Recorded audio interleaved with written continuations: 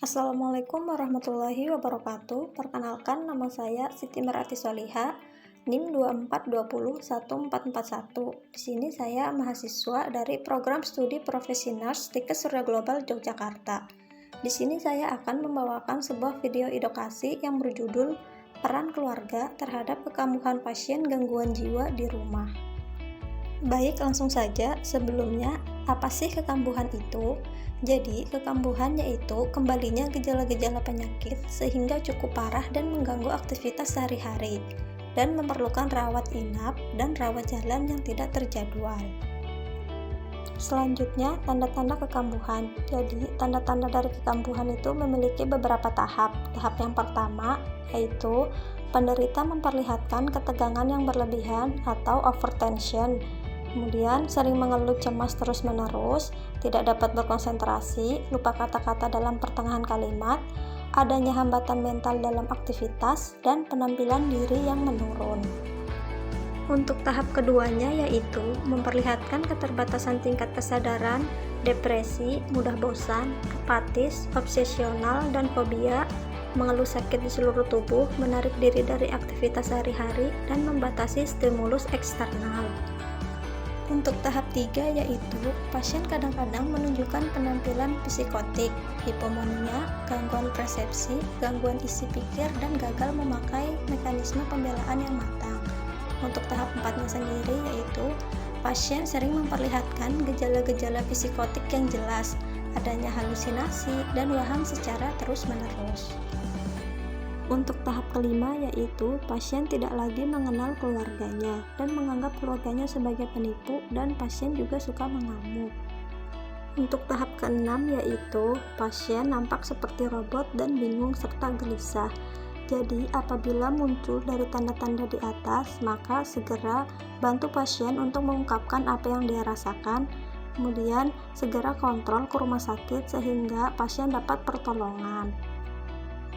Selanjutnya, penyebab dari kekambuhan itu ada beberapa faktor. Yang pertama, tidak minum obat atau minum obat secara tidak teratur. Yang kedua, lingkungan dengan stresor tinggi. Yang ketiga, keluarga dengan ekspresi emosi yang tinggi. Dan yang keempat, kurangnya aktivitas dan latihan, serta kurangnya suplai nutrisi. Selanjutnya, mengapa peran keluarga penting dalam penanganan kekambuhan? Yang pertama, karena pasien tinggal dengan keluarga. Yang kedua, jumlah tenaga kesehatan yang kurang. Jadi pada saat pasien mengalami kekambuhan, orang pertama yang menanganinya yaitu keluarga. Kemudian yang ketiga, pasien tidak perlu beradaptasi dengan orang baru. Selanjutnya, bagaimana upaya perawatan keluarga dengan pasien gangguan jiwa? Yang pertama, mengenali adanya gangguan kesehatan sedini mungkin. Yang kedua, mengambil keputusan dalam mencari pertolongan atau bantuan kesehatan. Yang ketiga, memberikan pengobatan kepada anggota keluarga yang sakit. Yang keempat, mengulangi keadaan darurat kesehatan. Yang kelima, menciptakan lingkungan keluarga yang sehat. Selanjutnya, bagaimana penanganan bila pasien kambuh? Yang pertama, bicara dengan tenang dan lembut. Yang kedua, mengajak berobat. Yang ketiga, membantu memonitor gejala. Yang keempat, membantu offline bila perlu. Contohnya, apabila si pasien mengamuk, usaha bunuh diri, dan penelantaran diri. Selanjutnya, penanganan pasien yang baru sembuh. Yang pertama, tanyakan apa yang dia butuhkan. Yang kedua, libatkan pasien dalam kegiatan. Yang ketiga, fokuskan pada perbaikan perilaku, bukan problem perilakunya. Yang keempat, dorong pasien untuk melakukan hal-hal kecil yang mampu dikerjakan. Dan yang kelima, membantu pasien bila mengalami kesulitan. Selanjutnya, peran keluarga dalam membantu pasien untuk tetap sembuh. Yang pertama, membantu pengobatan pasien seperti meningkatkan pengobatannya dan mengajak pasien untuk kontrol. Yang kedua, mengurangi pencetus seperti menemukan pencetus kekambuhan, pola perilaku yang sehat seperti tidur yang cukup, makan sehat, olahraga, hindari kopi dan alkohol.